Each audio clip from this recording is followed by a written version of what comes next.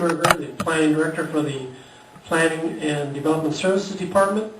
This evening we have a scoping meeting for the Procalamos Residential General Plan Amendment, Specific Plan, Zone Change, and Tentative Tract Map 972.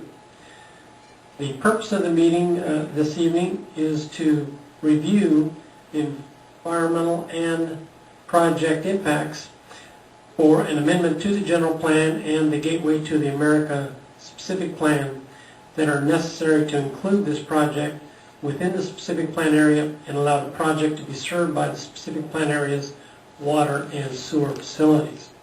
The project proposes 841 single-family units on 3,200 square foot lots, 5 parks, 1 retention basin, a recreational vehicle storage and mini storage area, and pedestrian paths. In accordance with Section 15082 of the CEQA guidelines, the county has prepared a notice of preparation to provide responsible agencies and other interested parties with sufficient information describing your proposal and its potential environmental impacts. And pursuant to CEQA guidelines, Section 15082, subparagraph C and 1, this scoping hearing is being held to meet state requirements. Scoping is helpful to agencies in identifying the range of actions, alternatives, mitigation measures, and significant effects to be analyzed in depth in an EIR and in eliminating from detailed study issues found not to be important. It is also an effective way to bring together and resolve the concerns of affected federal, state, local agencies, the proponents of the action, and other interested parties, including those who may not be in accord with the action on environmental ground. There will be an additional environmental review, and we will have a informational meeting at the May 29th Environmental Evaluation Committee meeting to be held here in the chambers at 1:30 in the afternoon. The Environmental Evaluation Committee meeting will be held, as I said, an informational item to discuss any additional environmental concerns by the public, county department heads, other affected agencies, and staff. At this time, we will have the proponents for the project to present their project. Afterwards, we will have the county's consultant review the CEQA requirements and timeframes, and after that, the public will have an opportunity to provide comments and or questions to the proponents and the county's consultant or staff. And at this time, Peter, if you'd like to come up and make the presentation on behalf of the proponents.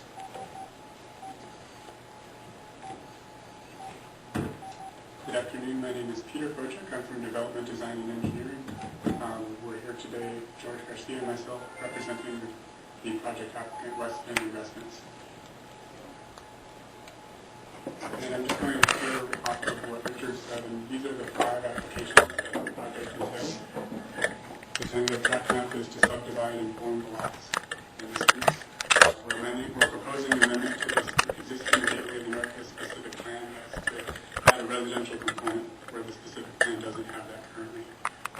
And the LAFCO application is to expand the existing county sphere of influence. And I'll go a little bit more into that in a later slide.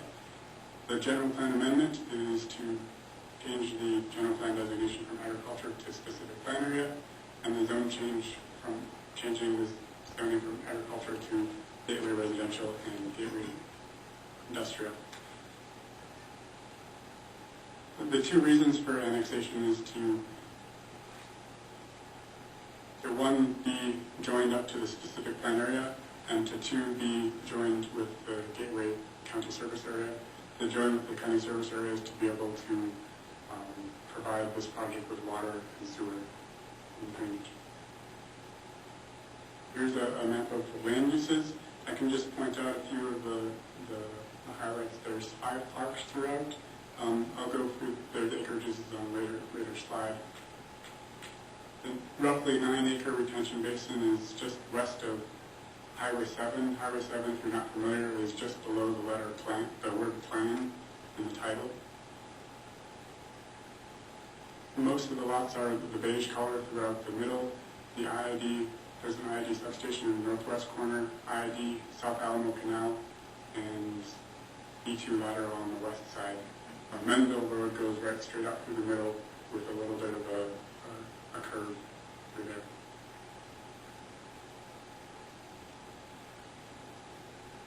And here's a breakdown. I just want to differentiate. This is for the specific plan area. We're making a tentative map that's encompassing a little bit less. The tentative map is not encompassing the gateway industrial to the right of the SR7. These are the steps of the tentative map. You can see there's roughly 67 acres of residential lots, 841 units that we're proposing.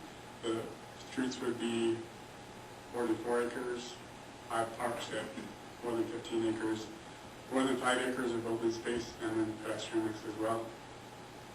We're proposing RV storage and mini storage, 5 and 1.48 acres. You can see the left of SR7, you see gateway industrial. To the right side, that would be the RV storage. The mini storage is the slightly smaller one, the 1.48 acres, just left of the RV storage, excuse me.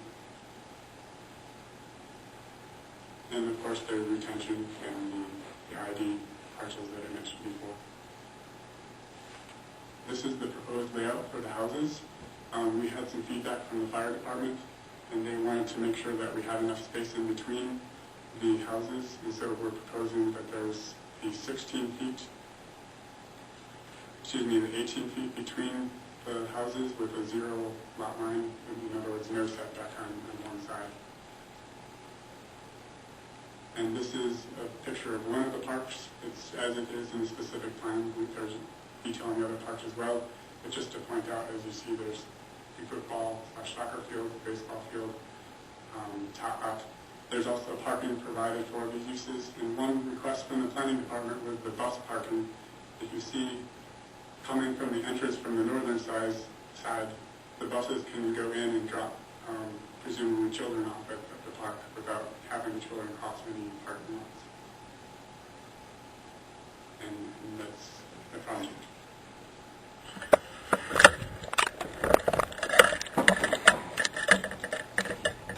This time, does anyone have any questions of Peter from Design Development Engineering on the project that is being provided?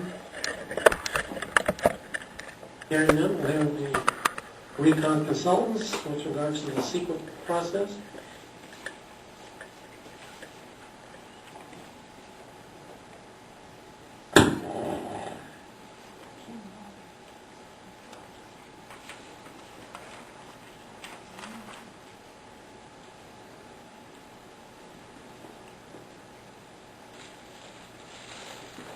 Thank you, Richard.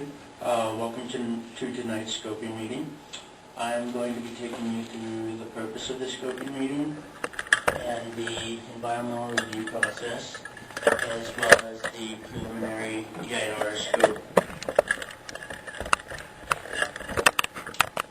Because an EIR will likely be required for the Procalamos project, we're holding this scoping meeting pursuant to CEQA Guidelines Section 15083.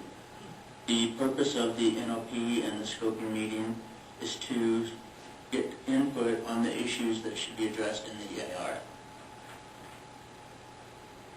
The purpose of the EIR is to disclose to the public the potential environmental impacts that will be associated with the public. For those issues which may be significant, the EIR will list ways that those impacts would be avoided, minimized, or mitigated.